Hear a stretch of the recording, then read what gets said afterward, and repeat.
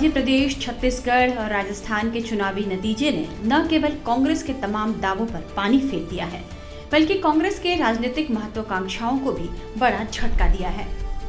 मध्य प्रदेश में कमलनाथ कमल के आगे कांग्रेस के हाथ को आगे नहीं बढ़ा सके। छत्तीसगढ़ में भूपेश बघेल के सारे दावे फेल रहे और राजस्थान में अशोक गहलोत का जादू नहीं जनता पर चला।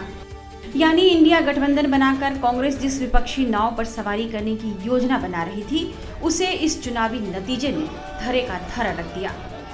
कर्नाटक चुनाव के नतीजे आने के बाद कांग्रेस अति उत्साह में थी और इंडिया गठबंधन को लेकर रणनीतियां भी तेजी से बनती रहीं। लेकिन ताज़ा चुनाव परिणामों को लेकर नए सिरे से इंडिया गठबंधन के अस्तित्व और उसकी जरूरत पर समीक्षा होने लगी है।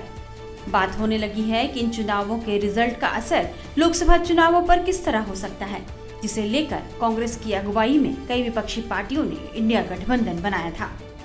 इतना ही नहीं, इंडिया गठबंधन के साथ ही भी अब कांग्रेस की कार्यशैली पर सवाल उठाकर उसे घेरने लगे हैं। इससे माना जा रहा है कि इन चुनावी नतीजों ने कांग्रेस के साथियों को ही उस पर हमला करने का एक बड़ा मौका दे दिया है।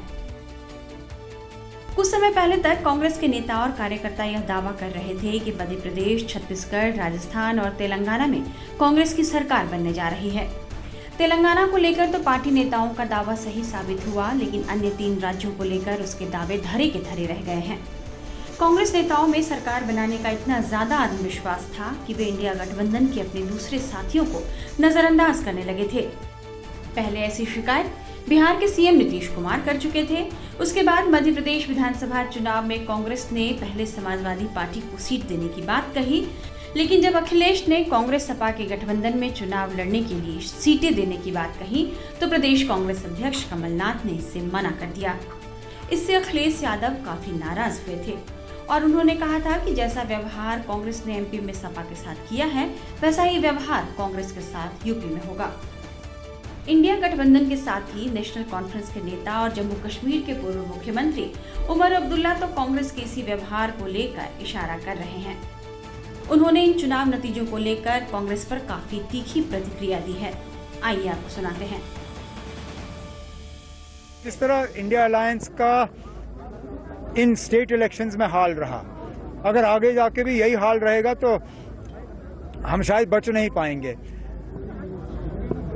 समझ में नहीं आता, या तो कांग्रेस पूरी तरह से मध्य प्रदेश में ग्राउंड सिचुएशन को समझ नहीं पाई, नहीं तो क्या जाता अगर वो अखिलेश यादव को 5-7 सीटें दे देते, क्या तूफान होता। वैसे भी क्या जीता उन्होंने, फिर नहीं जीत पाए ना। अगर अखिलेश यादव को 5-7-10 सीटें दे देते, मुमकिन है कि थोड़ा और हमारा बचाव मध्य प्रदेश में हो जाता। नहीं किया, नतीजे आपके सामने हैं। होती है, अगर एनसी पावर में आना चाहती तो किसके साथ जाएगी? हम क्यों जाएं किसी के साथ? जाएंगे सर, जाएंगे। हम क्यों जाएंगे? जाएंगे सर आप। हम किसी के साथ नहीं जाएंगे ना। सर, जम्मू हम अपने दम पे कर रहे हैं, अपने दम पे खड़े होंगे। हालांकि एनसीपी नेता सुप्रिया सूले कांग्रेस का बचाव कर रही हैं और उन्होंने इस हार को चुनाव का एक हिस्सा बताया है। सुनिए सुप्रिया सूले ने क्या कहा है।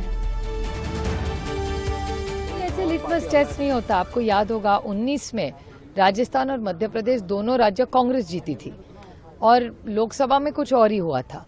तो मेरे ख्याल से लोकसभा विधानसभा काफी अलग होती है। और उसके बाद 6 महीने के बाद महाराष्ट्र की इलेक्शन आई, उसमें तो एनसीपी को राइट ऑफ किया था, अपने सिंगल डिजिट नंबर हमको दिए थे और सिंगल डिजिट से हम 50 एमएलए चुन के हमने लाए।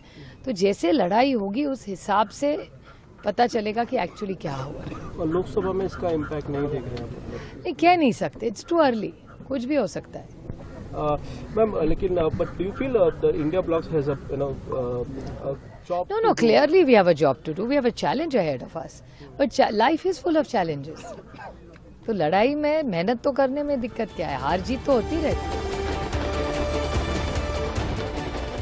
जानकारों का मानना है कि 4 राज्यों के चुनावी नतीजे आने के बाद इंडिया गठबंधन में कांग्रेस को लेकर साथियों के तेवर बदल सकते हैं।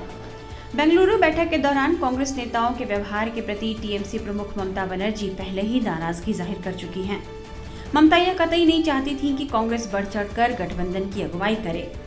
3 राज्यों में कांग्रेस को मिली हार के बाद जहां एक तरफ अखिलेश यादव को कांग्रेस पर हमला करने का मौका मिलेगा, वहीं ममता बनर्जी भी कांग्रेस को उसकी हैसियत बता सकती है और कांग्रेस को आंखें दिखा सकती हैं।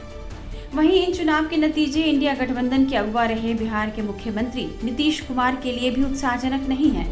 ऐसे में माना जा रहा है कि इंडिया गठबंधन की अगुवाई कांग्रेस से लेकर किसी और साथी को दी जा सकती है।